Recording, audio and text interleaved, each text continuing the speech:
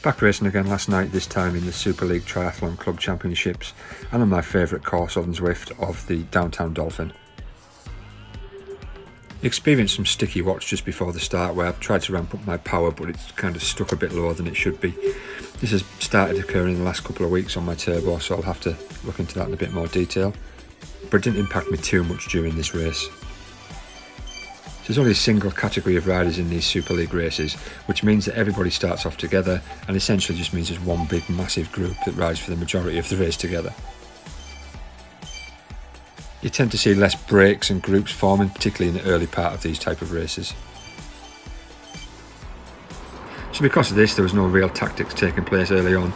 Just keep riding in a group, watch out for any breaks that do form ahead of me and try and jump on them if they do. So now we're through the end of the first lap and I pick up my first power up, which is the feather or the lightweight power up, which reduces your weight. On this course, the Downtown Dolphin, there's only one place where you can get major benefit from this power up, and that's on the short climb. Through the start finish line at the end of the second lap and pick up my next power up, which is the bonus XP points. Great for when you're trying to level up on Zwift, but not what you want in the middle of the race. And what happens here is I get this 3 or 4 times out of all of my laps. Next time round though, I managed to pick up a draft bonus.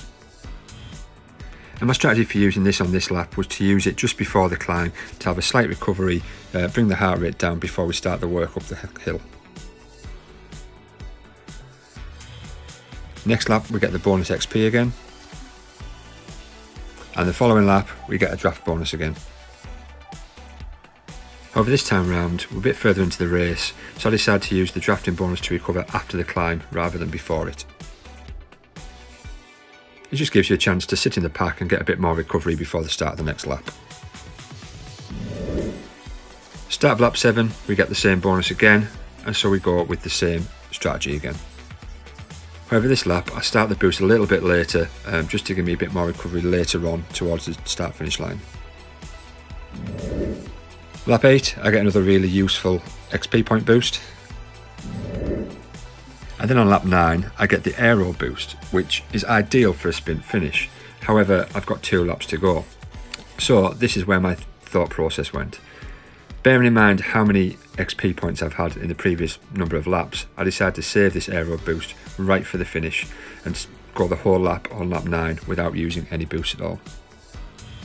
I'd used the previous couple of laps to work out roughly where I was going to set this boost off going, but I was still fractionally late using it, and I could use it slightly earlier to get a slightly more beneficial use of this power up. So through the finish line, end of the race, more than happy with my performance tonight. Lift power was slightly down on what my power meter was putting out and my Garmin was telling me, but it did lead to a nice little increase in my FTP.